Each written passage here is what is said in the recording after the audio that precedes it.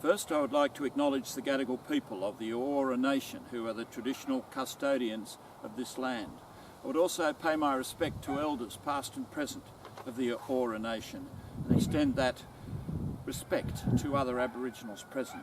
As we join this afternoon to place Ellen's ashes to rest, we honour those who came here before us. My name is James Coleborne.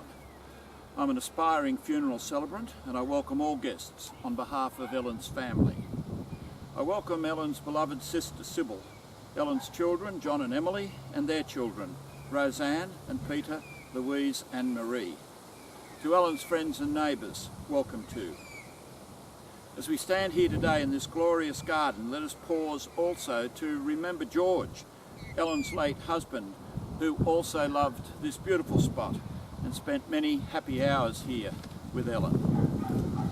It is fitting that this beautiful garden is to be the last resting place for Ellen, as she was a strong lover of everything in nature, and she spent many hours over many years nurturing trees and plants and coaxing the earth to give of its best.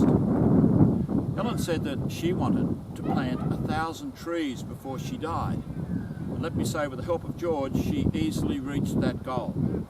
If you turn slowly and view our surroundings, you'll just see just how successful she was. It was once said, we come from the earth, we return to the earth, and in between, we garden. Ellen was important to all of you in different special ways, as a grandmother, a mother, a sister, and also as a very dear friend. Maud, a good friend, told me today that there was rarely an event in this town when some flowers or foliage from Ellen's garden didn't appear, be it at the hospital for a newborn, at the local club for a birthday, and of course at the celebrations of people's lives. Ellen was a very quiet and thoughtful person who looked and saw, who listened and heard, and she spoke her mind when she thought it was needed. We are united here today to grieve, but also to celebrate a life well lived and never to be forgotten.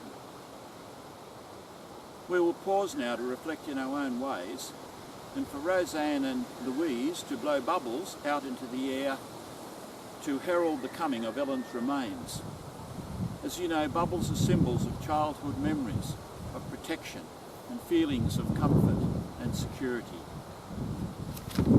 This is of course very fitting for Ellen, as she loved her grandchildren so deeply and always provided them with an enormous sense of security, and often delivered in this very garden. I now ask John and Emily to come forward and sprinkle Ellen's ashes on this prepared garden bed.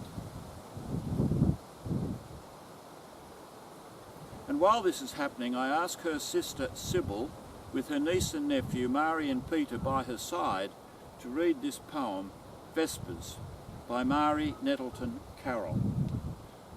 Could you come forward, please, Sybil?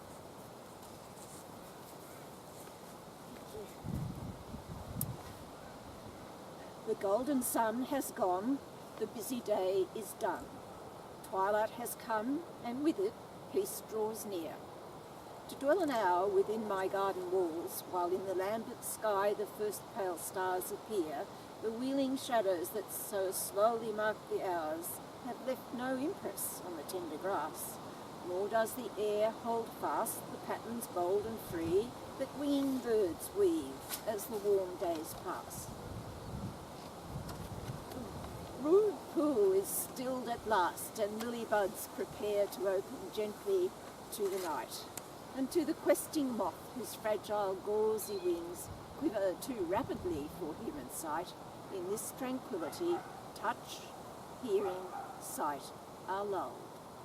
I am as selfless as the scented airs that wrap me around, while daylight's drowsy flowers send out the fragrance of their vesper prayers. Thank you very much, Sybil. That's a most beautiful poem, isn't it, by Mari Nettleton Carroll. And so our dear Ellen is now laid to rest. That concludes our ceremony. John and Emily now invite you to join them in afternoon tea in the house at the top of the path after you've made your own goodbyes.